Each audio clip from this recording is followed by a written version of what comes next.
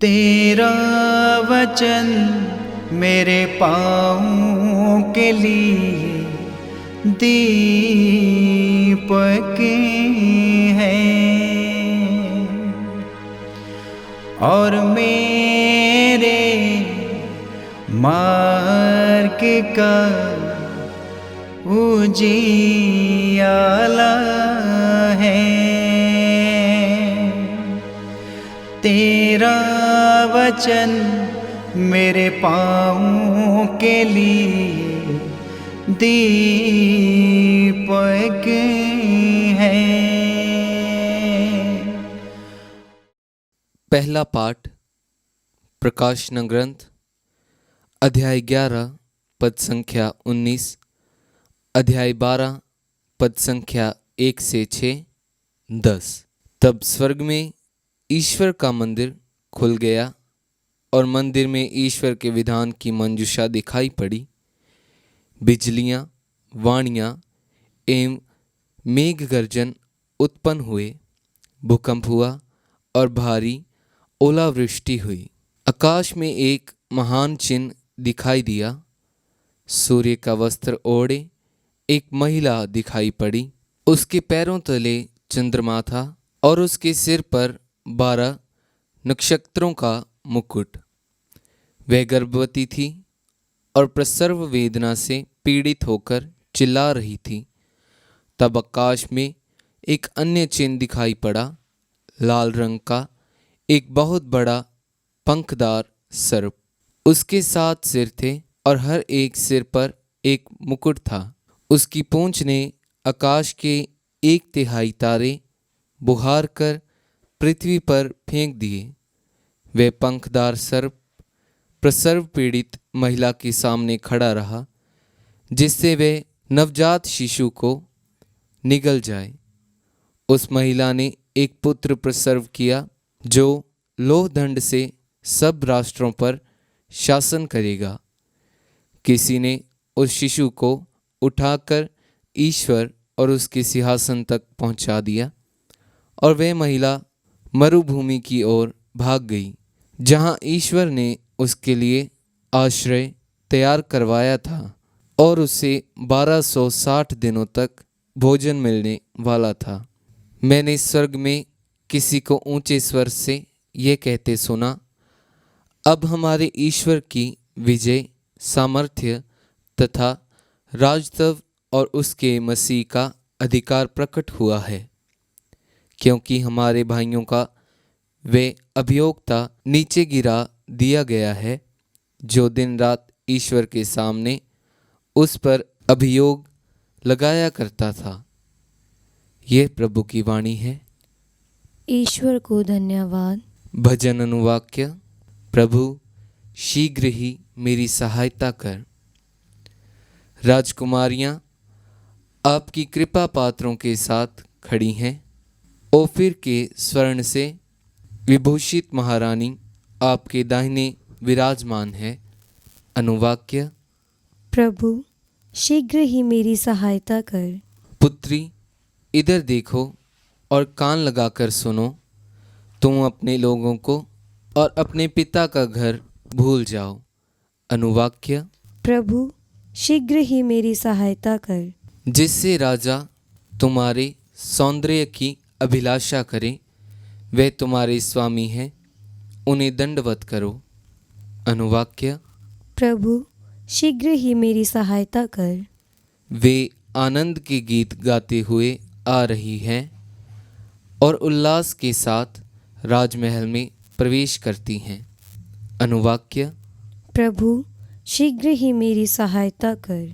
दूसरा पाठ कुरिन्थियों के नाम पहला पत्र अध्याय 15 पद संख्या 20 से 27 तक।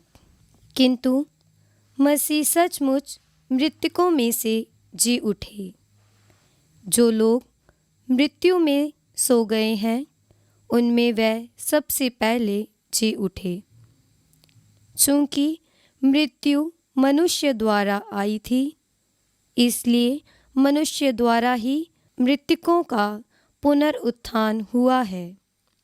जिस तरह सब मनुष्य आदम के कारण मरते हैं, उसी तरह सब मसीह के कारण पुनर्जीवित किए जाएंगे।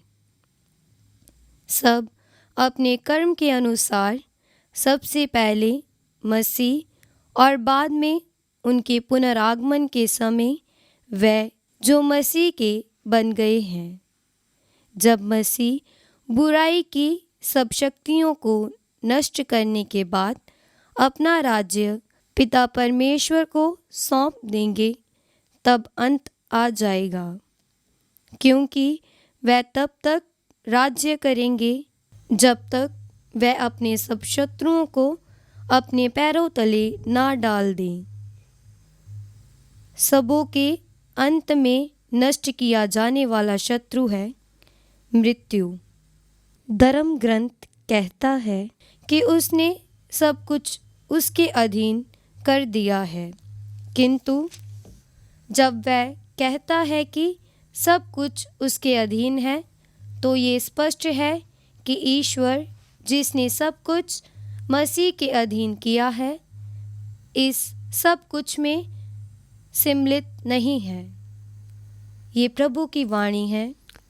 ईश्वर को धन्यवाद। जय घोष। हालेलुया। अनुवाक्य। हालेलुया। मरियम को स्वर्ग तक ले जाया जाता है।